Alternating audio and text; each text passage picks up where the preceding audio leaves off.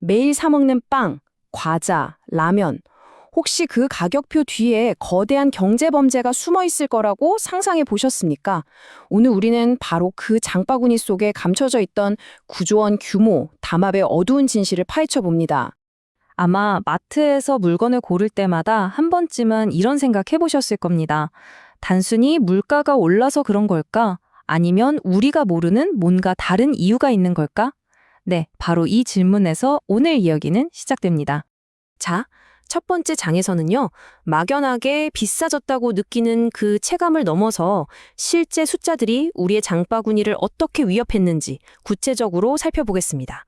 이건 단순한 경제 흐름이 아니라 누군가에 의해 의도된 문제라는 증거들을 하나씩 짚어보겠습니다. 빵플레이션, 슈거플레이션 아마 들어보셨을 텐데요.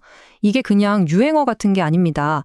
빵이나 설탕처럼 우리 식생활에 꼭 필요한 품목들의 가격이 걷잡을 수 없이 치솟는 이 광범위한 문제의 심각성을 알리는 일종의 경고등이었던 거죠. 자, 그럼 이제 본격적으로 그 속을 들여다보겠습니다.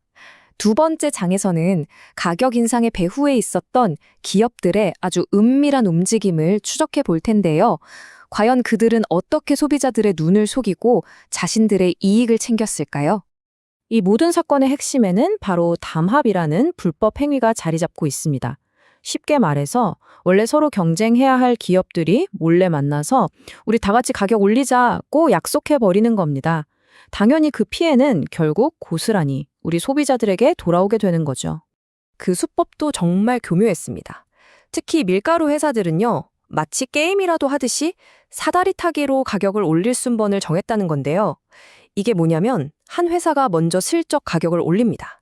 그럼 나머지는 저기가 올렸으니 우리도 어쩔 수 없네요 하면서 줄줄이 따라 올리는 아주 치밀하게 짜인 각본이었던 겁니다. 그 결과는 정말 놀라울 정도입니다. 담합이 이뤄지는 동안 밀가루 가격은 무려 44.5%, 설탕 가격은 67%까지 폭등했습니다. 이 숫자 하나하나가 바로 우리 밥상의 부담으로 고스란히 이어진 겁니다. 그리고 여기서 정말 중요한 건 바로 이 규모입니다. 9조 원. 검찰이 밝혀낸 담합의 총 규모가 무려 9조 원에 달합니다. 이건 뭐 상상하기도 힘든 금액이죠. 단순한 잘못이 아니라 우리 경제의 근간을 뒤흔든 거대한 범죄였다는 걸 보여주는 대목입니다. 담합으로 벌어들인 그 막대한 돈, 과연 어디로 갔을까요? 여기서 두 번째 범죄, 바로 탈세의 검은 그림자가 드러나기 시작합니다. 이들이 세금을 피하는 방법도 정말 다양했습니다. 예를 들면 원자재 값을 부풀려서 비용을 많이 쓴 것처럼 꾸미고요. 또 가족회사 같은 계열사에다가 일감 몰아주면서 수수료를 과도하게 챙기기도 했습니다. 심지어 가격은 그대로인데 양만 슬쩍 줄이는 거, 슈링크플레이션이라고 하죠. 이것도 그들의 수법 중 하나였습니다. 가장 공분을 샀던 건 회사 돈을 그야말로 자기 쌈짓돈처럼 썼다는 점입니다.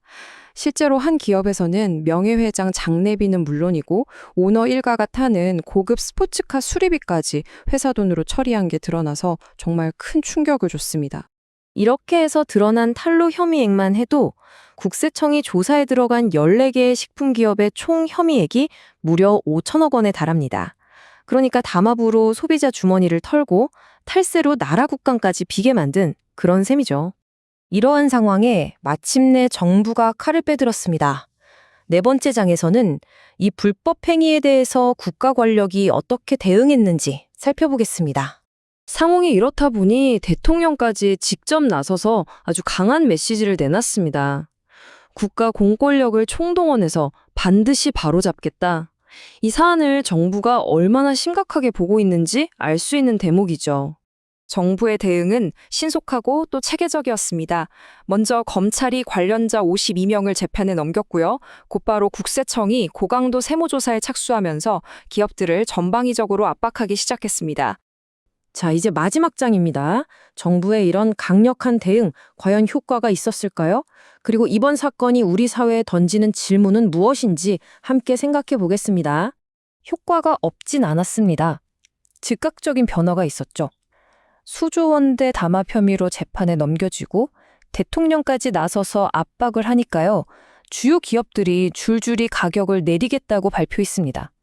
밀가루와 설탕 가격을 최대 6%까지 인하한 건데 정부의 압박이 소비자에게 바로 체감되는 결과로 이어진 순간이었습니다. 자, 그런데 여기서 정말 중요한 사실이 있습니다. 검찰이 뭐라고 했냐면 이번에 적발된 기업들 상당수가 과거에도 똑같은 담합으로 처벌받았던 상습범이라는 겁니다. 이게 뭘 의미하겠습니까? 그동안의 과징금 같은 솜방망이 처벌로는 이 고질적인 담합의 고리를 끊어낼 수 없었다는 뜻이죠. 그래서 우리는 이 마지막 질문에 도달하게 됩니다. 과연 지금처럼 과징금을 부과하고 세무조사를 하는 것만으로 이 뿌리 깊은 가격 담합이라는 관행을 정말로 완전히 뿌리 뽑을 수 있을까요? 아니면 뭔가 더 근본적인 대책이 필요한 걸까요? 이 질문에 대한 답을 찾는 건 이제 우리 모두의 숙제로 남았습니다.